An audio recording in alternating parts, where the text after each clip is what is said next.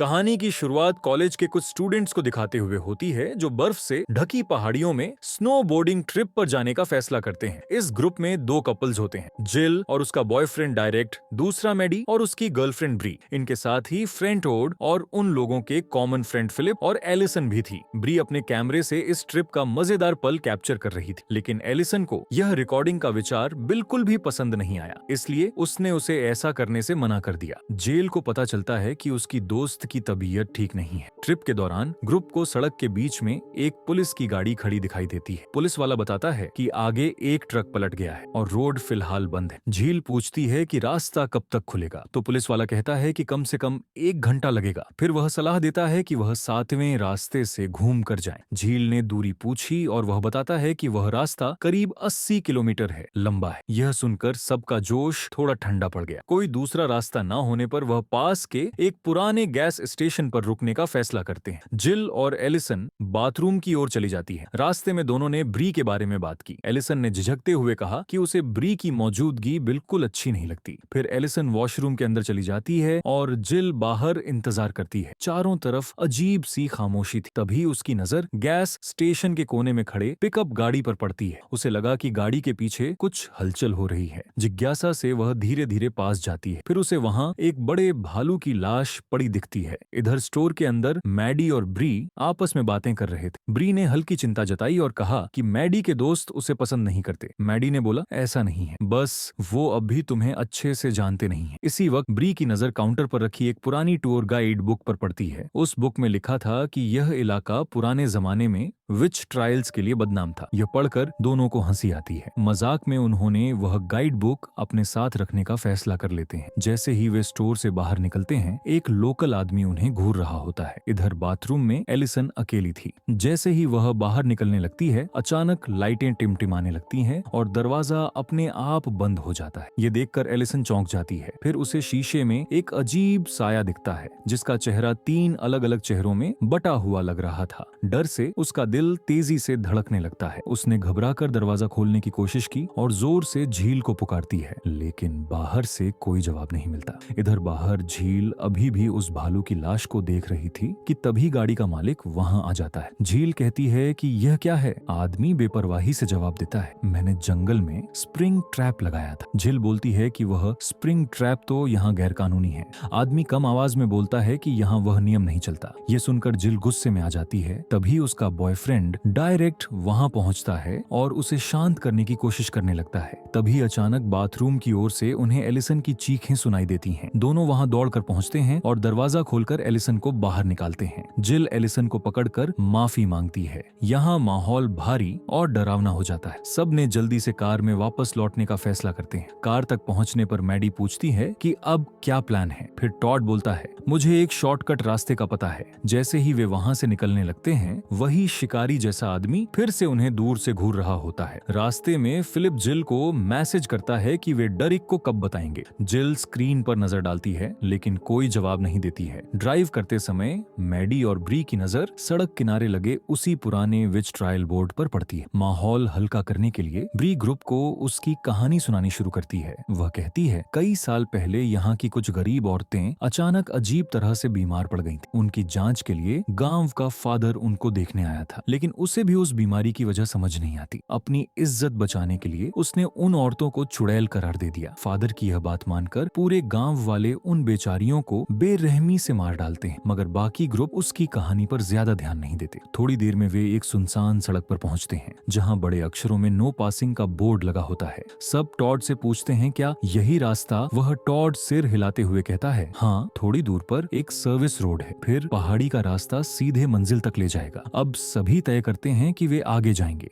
Direct एक चैन तोड़ता है और सब लोग उस सुनसान रास्ते पर आगे बढ़ जाते हैं। इसी बीच दूसरी ओर वही शिकारी कहीं जा रहा होता है। वह रेडियो पर खबर सुनता है कि बर्फीले तूफान की चेतावनी जारी हुई है, लेकिन वह परवाह नहीं करता। उसने रेडियो बंद किया और अपनी बंदूक उठाता है तथा चुपचाप वहां से जंगल की ओर निकल जाता है। ग्रुप कई घंटों तक रास्ते पर ही होता है, लेकिन उन्हें अभी तक मंजिल नहीं मिली। इसी बीच एलिसन अब भी बाथरूम वाली घटना को याद कर रही होती है। उसका दिल डर से धड़क रहा था। तभी वह एक टहनी पर एक कौवे को देखती है। कौवा उससे बात करता हुआ प्रतीत होता है, लेकिन वह समझ नहीं पाती और ब्री की ओर मुड़कर पूछती है कि कौवा क्या कह रहा है, लेकिन वे कहती हैं कि उसने कुछ नहीं कहा। तभी जिल ने एलिसन से पूछा, सब ठीक है? एलिसन ने कहा, हाँ सब ठीक है। कुछ देर बाद जिल नींद से उठी और देखा कि बाकी लोग टॉड से झगड़ रहे थे, क्योंकि कई घंटों से वे एक ही रास्ते पर थे। टॉड ने कहा, बस मुझ पर भरोसा करो, लेकिन डायरेक्ट गुस्से में आ जाता है और सबको मोबाइल में मैप चेक करने के लिए बोलता है, लेकिन किसी के भी फोन में नेटवर्क नहीं होता। यह सब डायरेक्ट देखता है, जिससे उसका ध्यान रोड से भटक जाता है और उनकी कार अचानक फिसल कर टकरा जाती है। ये सब सुरक्षित होते हैं, लेकिन कार बर्फ में फंस चुकी है। डरक गुस्से में टॉड पर चिल्लाने लगता है। मैडी उसे शांत करने की कोशिश करता है, लेकिन वह नहीं मानता। फिर सभी कार से बाहर उतरते हैं और देखते हैं कि गाड़ी का टायर बर्फ में फंसा हुआ है। यह देखकर टॉड गाड़ी से स्पेयर टायर निकालने का फैसला करता है। कार में एलिसन नजरें जंगल की ओर टिकाए बैठी होती है और कहती है कि हम यहाँ से कभी नहीं निकल पाएंगे। ब्री चिंता से पूछती है, इसका क्या मतलब है? तभी डरक ने सबको बाहर निकालने और कार को धकेलने के लिए कहता है। सब मिलकर कार को बर्फ से बाहर निकालने की कोशिश करते हैं। वहीं एलिसन डर के मारे जंगल की ओर घूरती रहती है। जिल उसे पूछती है, क्या वह बाथरूम चलना चाहती है? तो एली ने मना कर दिया। फिर जिल अकेली जंगल की ओर बढ़ जाती है। अंदर पहुंचकर उसने पेड़ों के बीच से आती अजीब सी आवाज सुनती है। आवाज उसे धीरे धीरे एक अनोखे पेड़ तक ले जाती है। वहां जिल उसे अजीब तरह से देखने लगती है, लेकिन तभी अचानक फिलिप वहां आ जाता है और उसे देखकर वह डर जाती है। तभी कोई जिल को पुकारता है और वह तुरंत कार की ओर लौट जाती है। फिलिप वहीं रुक जाता है, लेकिन तभी उसे भी पेड़ों के बीच से अजीब सी आवाजें सुनाई देती हैं। जिल जब कार के पास लौटती है तो वह देखती है कि एलिसन वहां नहीं होती। फिर वह दोस्तों से पूछती है, लेकिन किसी को भी पता नहीं होता और जोर से एलिसन को पुकारने लगती है। फिर सब लोग जंगल में उसे ढूंढने जाते हैं। थोड़ी देर बाद एलिसन उन्हें घुटनों के बल एक मरे हुए हिरण के पास बैठी मिलती है। हिरण की लाश बुरी तरह कटी हुई थी। यह सीन देखकर सभी चौंक जाते हैं। जिल पास जाकर धीरे से पूछती है, क्या तुम ठीक हो? लेकिन एलिसन कुछ नहीं बोलती और कुछ सेकंड बाद उल्टी कर देती है। इसके बाद सभी कार के पास लौटते हैं और सब मिलकर कार को धकेलने का फैसला करते हैं। फिर डरक एलिसन को ड्राइविंग करने को कहता है और गाड़ी बर्फ से बाहर निकल जाती है। लेकिन जब डरक झुककर अपने जूते का लेस बांध रहा होता है, तभी एलिसन अचानक कार से उसे कुचलने की कोशिश करती है। डरक समय रहते साइड में हो जाता है। फिर गुस्से में एलिसन को कार से बाहर निकालता है और मारने की कोशिश करता है, लेकिन तब तक सब लोग उसे रोक लेते हैं। फिर जिल कहती है कि अब हमें यहाँ से निकलना चाहिए। तभी फिलिप देखता है कि कार फिर से बर्फ में धंस गई है। सूरज भी ढलने वाला था और ठंड भी बढ़ रही थी। ये सब देखकर डायरेक्टिक सबको फोन में सिग्नल चेक करने को कहता है, लेकिन किसी के पास नेटवर्क नहीं होता।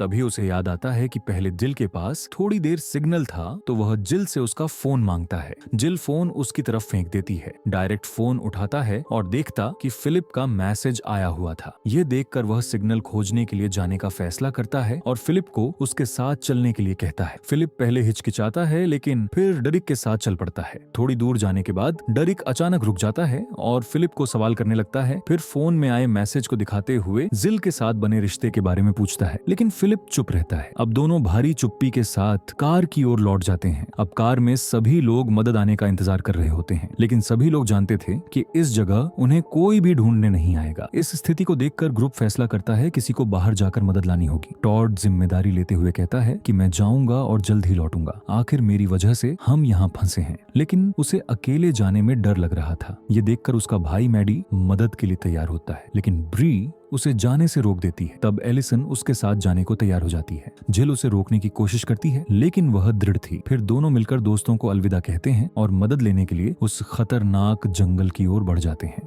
अब रात हो जाती है। कार के अंदर ठंड इतनी बढ़ जाती है कि सबके हाथ पांव सुन्न होने लगते हैं। तभी बाहर से एक अजीब सी आवाज आती है, मानो कोई बर्फ पर घिसट रहा हो। जिल घबराते हुए कहती है, शायद कोई जानवर होगा, लेकिन बात पूरी भी नहीं होती कि अचानक जोर से कुछ कार से टकराता है। कुछ ही देर बाद बर्फ में भारी कदमों की गूंज सुनाई देने लगती है, जैसे कोई बहुत नजदीक आ रहा हो। यह सुनकर सब दरवाजे लॉक कर लेते हैं। फिर से कार पर कुछ टकराता है। डरिक को अब सब्र नहीं होता और बाहर निकलने ही वाला होता है, लेकिन जिल उसका हाथ पकड़कर रोक लेती है। तभी डरिक को एक ख्याल आता है। वह कार की हेडलाइट्स चालू कर देता है। तेज रोशनी से सामने का सीन साफ हो जाता है और आगे का नजारा देखकर सब दंग रह जाते हैं। वो कोई अनजान खतरा नहीं होता, बल्कि वो एलिसन होती है। उसे देखते ही सभी बाहर भागते हैं और एलिसन को संभाल निकालकर कार में ले आते हैं। उसकी बॉडी पर जगह जगह खून लगा होता है, लेकिन कहीं कोई गहरा जख्म नहीं दिखाई देता। ब्री कांपती आवाज में कहती है, ये खून शायद किसी और का है। यह सुनकर मैडी का दिल धक धक करने लगता है। उसके दिमाग में सिर्फ अपने भाई टॉड का ख्याल घूमने लगता है। उसी समय मैडी की नजर एलिसन के हाथ पर पड़ती है, जिसमें कुछ उलझे हुए बाल होते हैं। मैडी तुरंत बाहर जाकर टॉड को ढूंढने निकलना चाहता है, लेकिन तभी एलिसन के शरीर में अचानक झटके आने लगते हैं। यह देखकर ब्री घबराकर एलिसन का बैग खोलती है और उसकी एचआईडी की दवा निकालती है। उसने जल्दी से गोली एलिसन के मुंह में डालने की कोशिश करती है, लेकिन तभी एलिसन उसकी उंगलियां जोर से काट लेती है। ब्री दर्द से चीखती है और जैसे तैसे अपना हाथ छुड़ाती है, मगर पीछे हटते समय कार में पड़े लोहे के टुकड़े से उसका सिर जोर से टकरा जाता है। गहरी चोट लगने से खून बहने लगता है। डर और दर्द के कारण ब्रीफ बेकाबू होकर जोर से तड़पने लगती है, जिससे उसकी चोट और बढ़ गई। कुछ ही पलों में खून फर्श पर फैल जाता है। फिलिप मैडी की ओर देखकर कहता है, जल्दी से उसकी मदद करो, लेकिन तब तक बहुत देर हो चुकी होती है। वह बेहोश होकर गिर जाती है। इस हालात को देखकर डरेक गुस्से में सारा दोष एलिसन पर रोप देता है। उसी पल मैडी को उस गाइड बुक की डरावनी कहानी याद आती है। वह घबराकर कहता है, यह जगह शापित है। फिर वह अचानक कार का दरवाजा खोलकर टॉड को ढूंढने बाहर निकल जाता है। जिल घबराकर उसके पीछे जाती है और उसे रोकने की कोशिश करती है, लेकिन वह ब्री की परवाह किए बिना ही अपने भाई को टॉड को खोजने निकल पड़ता है। जिल निराश होकर वापस कार में लौट आती है और सीधे फिलिप से पूछती है कि ब्री कैसी है। फिलिप ब्री की जांच करते हुए कहता है, खून बहना लगभग रुक गया है और अभी के लिए ज्यादा खतरा नहीं लग रहा है। जिल गहरी सांस लेते हुए कहती है, हमें अब यहाँ से तुरंत निकलना होगा, लेकिन डायरेक्ट सिर हिलाते हुए कहता है, मैं उस पागल औरत एलिसन को साथ नहीं ले जाना चाहता। जिल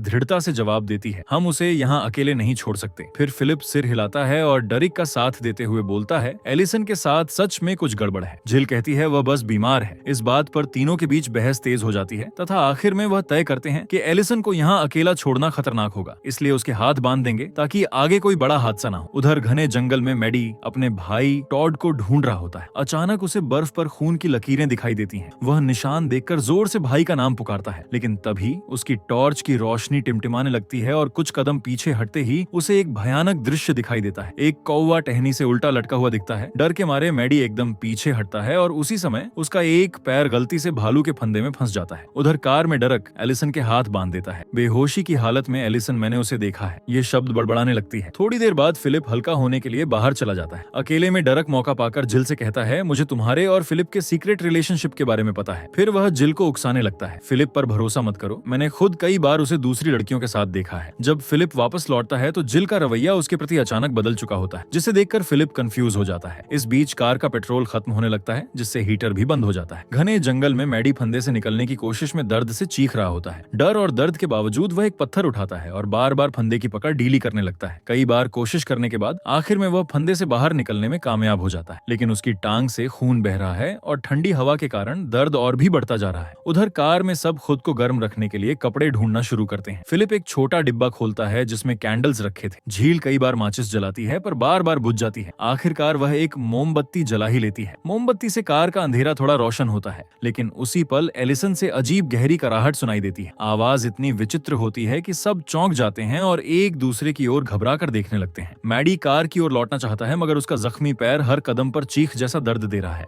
बर्फ में घिसटते हुए वह आगे बढ़ता रहता है। अचानक उसे दूर हल्की रोशनी दिखाई देती है। उसे लगा शायद टॉड है। हिम्मत जुटाकर वह वहां तक पहुंचता है, लेकिन वहां सिर्फ एक टॉर्च पड़ी होती है और ठीक उसके आगे जो दिखता है उसे देखकर उसका दिल टूट जाता है। उधर कार के अंदर माहौल और डरावना हो जाता है। एलिसन की अजीब गहरी कराटें रुकने का नाम नहीं ले रही है। डरिक गुस्से में बोलता है, जिल कुछ करो, ये लड़की हमें पागल करके ही मानेगी। तभी एलिसन अचानक बड़बड़ाती है, मैं तुम्हें नहीं बचा सकती, तुम सब मरने वाले हो। डरिक अब अधिक गुस्से में आ जाता है और एलिसन को गाड़ी से बाहर निकालना चाहता है, लेकिन तभी जिल तुरंत चाकू निकालकर उसे रोक देती है। फिर वह फिलिप की ओर देखती है, पर फिलिप फिर से हिचकिचाता है और अचानक डरिक का साथ देते हुए जिल के हाथ से चाकू छीन लेता है। इसी बीच सबको दूर जंगल से फोन की घंटी सुनाई देती है। यह सुनकर तीनों उस दिशा में भाग पड़ते हैं। कार में अब ब्री अकेली होती है। जब वह होश में आती है तो देखती है कि एलिसन खिड़की पर जोर जोर से सिर मार रही है। ब्री घबराकर पास पड़ी लोहे की छड़ उठाने की कोशिश करती है, लेकिन पलटते ही एलिसन उस पर टूट पड़ती है। ब्री की चीख दूर तक गूंजती है, जिसे झिल सुन लेती है। झिल तुरंत आवाज की ओर दौड़ती है, लेकिन जल्दी जल्दी में बर्फ पर फिसल जाती है। फिलिप मदद करना चाहता है, लेकिन झील उसे रोकती है और सब कुछ उसे बता देती है। इसी बीच डरक जंगल में टॉड का फोन ढूंढ लेता है और दोनों कार तक लौटते हैं, लेकिन दरवाजा अंदर से बंद होता है। ये देखकर फिलिप चाबी लेने के लिए जंगल के अंदर डरक को ढूंढने चला जाता है, क्योंकि उसी के पास गाड़ी की चाबी होती है। उधर डरिक फोन इस्तेमाल करने की कोशिश करता है कि तभी बाहरी कदमों की आवाज आने लगती है। लगती है। जैसे ही वह मुड़ता है, वह देखता है कि एलिसन खड़ी होती है। एलिसन उससे कहती है, तुमने मुझे मरने के लिए अकेला छोड़ दिया। डेरिक डर जाता है और वहां से भागकर किसी जगह छुप जाता है। इसी दौरान उसे फिर से किसी के पास आने का एहसास होता है, लेकिन इस बार डेरिक तैयार होता है और उसके हाथ में एक स्क्रू ड्राइवर होता है। जैसे ही वह पास आता है, डेरिक उसे मार देता है, लेकिन ये कोई और नहीं बल्कि फिलिप होता है, जो उसकी चपेट में आकर मारा जाता है। जिल इस नोब से कार की खिड़की तोड़ती है और अंदर घुस जाती है, लेकिन अंदर ब्री की निर्जीव लाश पड़ी होती है। ये देखकर वह बहुत डर जाती है। उसी समय डेरिक वहां पर पहुंच जाता है तथा उसका चेहरा सफेद पड़ चुका होता है। वह हांफते हुए बोलता है, एलिसन ने मुझ पर हमला किया है। ये जगह सच में श्रापित है। जिल ने खून देखकर पूछा, फिलिप कहाँ है? लेकिन डेरिक बस बड़बड़ाता है, स्क्रू ड्राइवर शायद गिर गया है। घबराते हुए वह कहता है, वह हमें सजा दे रही है। जिल हक्का बक्का होकर पूछती है, कौन? डेरिक कांपते हुए बोलता है, मैं वहां था, पर मुझे नहीं पता था कि ऐसा होगा। फिर अचानक वे पागलों की तरह कपड़े उतारने लगता है और बड़बड़ाने लगता है। तभी बाहर से एलिसन की आवाज आती है। तभी जिल लोहे की छड़ कसकर पकड़ लेती है। एलिसन धीरे धीरे डेरिक के पास आती है और उसे साथ चलने को कहती है, लेकिन डेरिक अजीब तरह से बर्ताव करने लगता है। ये देखकर जिल उसे छोड़ देती है और बाहर भाग जाती है। अब जिल अकेली जंगल में मदद ढूंढने निकल पड़ती है। रास्ते में उसे फिलिप की लाश मिलती है। उसे देखते ही वह रो पड़ती है। तभी दूर से एक आवाज सुनाई देती है।